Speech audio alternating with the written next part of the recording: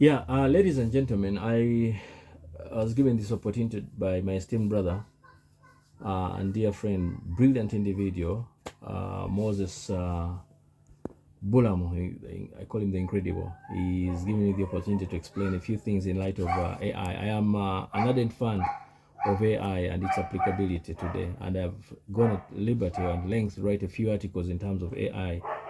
And I was listening recently to an incredible gentleman, Sam Altman, and also the likes of of Elon Musk, and of course um, Donald Trump, when they are actually trying to having solving what they would argue in terms of what they call a artificial intelligence race between America and China, and they were coming up with a new form of AI in terms of addressing the medical field specifically, and they're coming up with something that is a center for what a brain center for AI invasions, because it tells you where AI is going, and he that's going to rule in the field of AI will be the boss, whether you like it or not.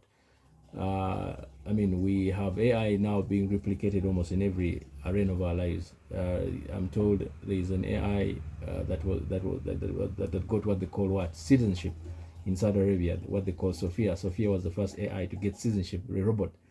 And then we got AI that represents clients, the one they call Don't Pay in UK, and was sued for practicing law without without a practicing certificate or probably having attended law school.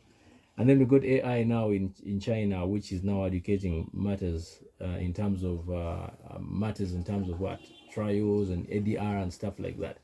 So these are some of the things that we'd like to discuss, but particularly AI in terms of the education sector. This becomes super important. If there's an area where AI is extremely important, it is education. Why? Because education informs the future, whether you like it or not. So I would like to dissect and dismantle this fear in terms of the fear of AI that comes with it. AI becomes a collaborator rather than a competitor. That's something you must understand, especially in the fields of education and strategic communication and even community development. So AI, yes, is here to replace certain jobs, but not all jobs. And to argue that AI is coming to to replace every job is simplistic, in a sense that it misunderstands the aspect of what intelligent tools in terms of human-centric work as we understand it today. So AI, in terms of underscoring its importance, is a complementer. Okay, is a helper. I wrote an article and I was trying to say AI to me is more like a helper, the promised helper, where they say the Holy Spirit will come and help you when I'm gone, and not to offend the theologians in that perspective, but to understand its importance and its relevance today. Others would argue in terms of AI being what the devil incarnate. There were people who were asked in one of the greatest fear of AI was that it would probably begin thinking like us and becoming like us. But that's a far-fetched fear. But although I know there's a guy in Google who was almost fired because he was, when he asked this robotic and told it, what is your challenge, what is your greatest fear, he said my greatest fear was to be switched off at a certain moment, and he almost lost his job. So AI becomes an interesting subject in terms of robotics, in terms of transhumanism. By the way, transhumanism now becomes almost the peak of AI, where super intelligent human beings are going to be implanted with chips and connected to the microgrid in terms of the internet, where we're arguing in terms of the Internet of Things. So at the heart of this fear lies what they call the zero sum fallacy in terms of AI. AI obviously is not about to cause humanity's fall. It's a complementer in that perspective. And it's not a replacement in terms of humanity. And I'm going to argue it's important, particularly in terms of the academia, because that's where I'm coming from. I have listed a few things here, how AI becomes extremely important for you who are in the field of academics, for example, and educators, for example. You probably have heard ChatGPT. That's the common one, yeah? Or OpenAI. It helps in writing, assisting, tutoring, and even brainstorming, and even coding, and even helping in terms of academic support. But then you probably heard of Grammarly AI. Now, Grammarly has also incorporated AI in their, machine, or call it engine, search engine. So it helps in terms of spelling, for example, in terms of creating tone, in terms of clarity improvement, in terms of academic, in terms of professional writing. And these are things that you cannot go away from. Illicit is another. Illicit is an incredible piece of AI, by the way, which helps the research assistant in terms of helping academic purposes, in terms of finding specific academic papers and even synthesizing their evidence. Yeah. And then there's what we call Skite as an AI, smart citation tool, for example, that allows what scientific articles to support even argues those that contradict one another. So it siphons out and deciphers and brings it, contextualizes the things for you in a super second, for example. And then you could have what they call Scholarly. Scholarly is another important tool when it comes to the field of academia, which is extremely important. It summarizes, for example, academic papers and even highlights keynotes and even generates flashcards, for example. And then there's what they call Quibot. Quibot is another. It helps in paraphrasing, for example, and it's used in writing essays or even clarifying academic content. And then there's what they call Jasper AI. Jasper AI helps in what they call content generation, for example. Yeah, in terms of marketing copies, for example, in terms of long form of writing, useful academic content, for example. All these things are super important when it comes in terms of the academia. Yeah, this is what they call consensus, for example, that allows research, in terms of answering research questions, for example, in terms of summarizing findings from even scientific papers, for example. Yeah, and then there's what they call GradeScope, for example. GradeScope also AI powered in terms of grading tool, in terms of acting faster and even more consistent in terms of grading, for example. And then Scribit. Scribit is another one in terms of academic proofreading and plagiarism, checking and even citation generators. So if you're worried about AI, there are even AI, checkers, and that's just like Turnitin for the aspect of the academia, and other, plagiarism tests. In terms of medical field, we're talking about AI for example, oncology, for example, in terms of drug, in terms of discovery, in terms of clinical decision support. All these are important. In terms of AI, in terms of pathology for diagnostics, in terms of improving accuracy, in terms of testing diseases. Actually, when they asked this gentleman, Sam Altman, I remember in the White House, and Trump asked him and said, what will be the relevance of AI in the medical field? He said, we are now coming up with predictive AI, which can be able to tell that at a certain age in the near future, maybe 20 years, you are likely to get, or you will actually get cancer. And AI will go ahead and diagnose the cancer and give you the treatment so that at that much time in the future, you will not be able to have that cancer because it will solve the problem instantly there and then. So I mean, you can say anything about AI, but you never get rid of AI. AI is with us to stay. In AI, in terms of medics, you could also add in terms of what they call IDOC, that helps to, radiologists, for example, in terms of dissecting abnormalities, in terms of medical imaging, for example, in terms of Tempest, for example, AI, driven precision in terms of medicine, using what they call genomic data and even clinical records, for example. Those become extremely important. And then there's what they call butterfly network in terms of IQ. It's portable AI-based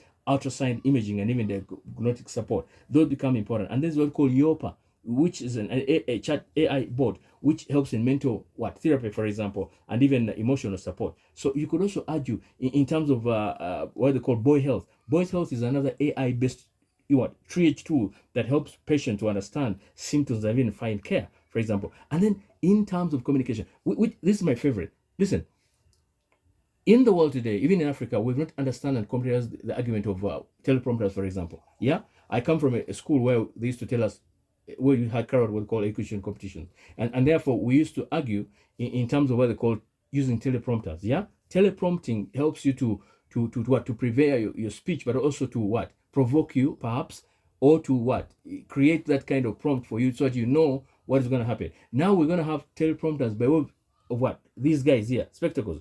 You have your teleprompters, but they have the documents here, the summaries here, and you just put them on and you click a button and you can talk, and people will be mesmerized. I mean, you've seen the likes of Barack Obama, the likes of Bill Clinton's, they stand on the podiums and speak, and you literally can't see the glass before them, but they're actually using teleprompters. That's a form of AI, and that helps in communication, perfecting your speech.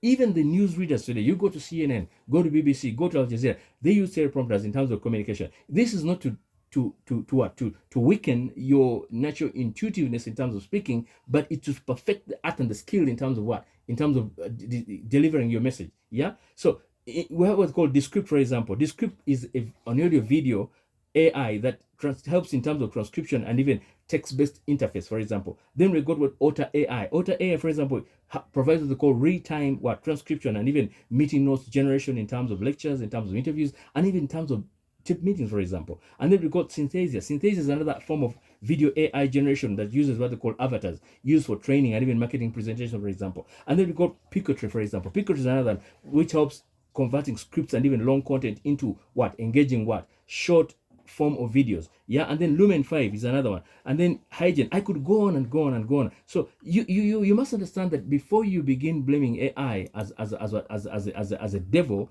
you must understand it's a necessary evil. It's something that we must understand. For educators, it's an argument for you to move from static classrooms to smart learning. Yeah, in terms of personal learning, providing adaptive platforms, for example, for different kind of people. Talk about things like Duolingo, for example, or ChatGPT, or even Khan Academy. These are power tutors that help tailor content for specific students in terms of pace, in terms of style, but it's also in terms of need. So you understand that these are tailor-made for a particular individual. So you could also argue in terms of talk about schools, for example, that have worked because they have few teachers. You can employ or deploy AI as a tool in terms of creating, self-paced modules for learners, translate lessons, for example, into local languages, provide what? Remedial tutoring without even needing extra teachers, for example. So these are fundamentally important. And this is smart education. There's a difference between working hard, but also working smart. So that who fears AI is the one who's going to be replaced by AI. That who comprehends and understands AI is the one who's going to acclimatize and I mean, what did Alvin Slater say? Alvin Slater said the literacy of the 21st century is not the one who cannot read and write, but one who cannot learn, unlearn, and relearn. That is the context that we're talking about today. We're talking about smart content creation. AI can help teachers generate what? Syllabus, aligned lesson plans, marketing schemes, visual stimulation, for example, mock exams with model answers. As a practical tool, it also becomes a research assistant. I just mentioned out all those different research, in terms of brainstorming, whatever topics, in terms of generating annotated biographies, for example, detecting logic flows in terms of the argument, and fundamentally, the argument here, AI will not replace educators, but educators who use AI will replace those who don't, and that is something you must understand. So AI, in terms of communication, it helps us in terms of precision, in terms of speed, in terms of preparation. So, ladies and gentlemen, AI is a friend. It's not an enemy. If I were you, I'd rather you embrace it, use it wisely. I know it has ethical concerns, it has challenges, and these are things that we can argue and debate over in terms of having those ethical concerns, in terms of ethical judgment, contextual wisdom, or empathy and trust, stuff like that. Those can be argued and dealt away with. They are not a big problem in terms of the advantage that AI comes with it. And as we learn, AI, there's what we call adaptive AI, which actually adapts even as it goes on. So it learns from the mistakes and adapts. I wrote an article about, so those of you who read some article about how AI now can actually be able to use algorithms and temperaments that it got from those algorithms on the net, for example, to even define prospective decisions on why so and so doesn't love you. We used to joke on Google and say, Lwachi, for example, Murungi Tanjagala, and then you could argue. But now you could go to AI and say, Lwachi Murungi Tanjagala, and then it knows what Murungi's things are, and then looks at what Lubogo's things are in terms of, the habits, the football he watches, the songs he listens to, and can make conclusive predictions in terms of Lwachi Murungi Tanjagala Lubogo, or Lwachi Lubogo Tanjagala Murungi. And it can even give you hints on how Lubogo should do in terms of Okwagala Mulungi, or how Mulungi should do in terms of Okwagala Lubogo. The future is with us, and we cannot deny that. So AI is a friend, it's not an enemy. Once again, my name is Isaac Christopher Lubogo. God bless you, and thank you for your attention.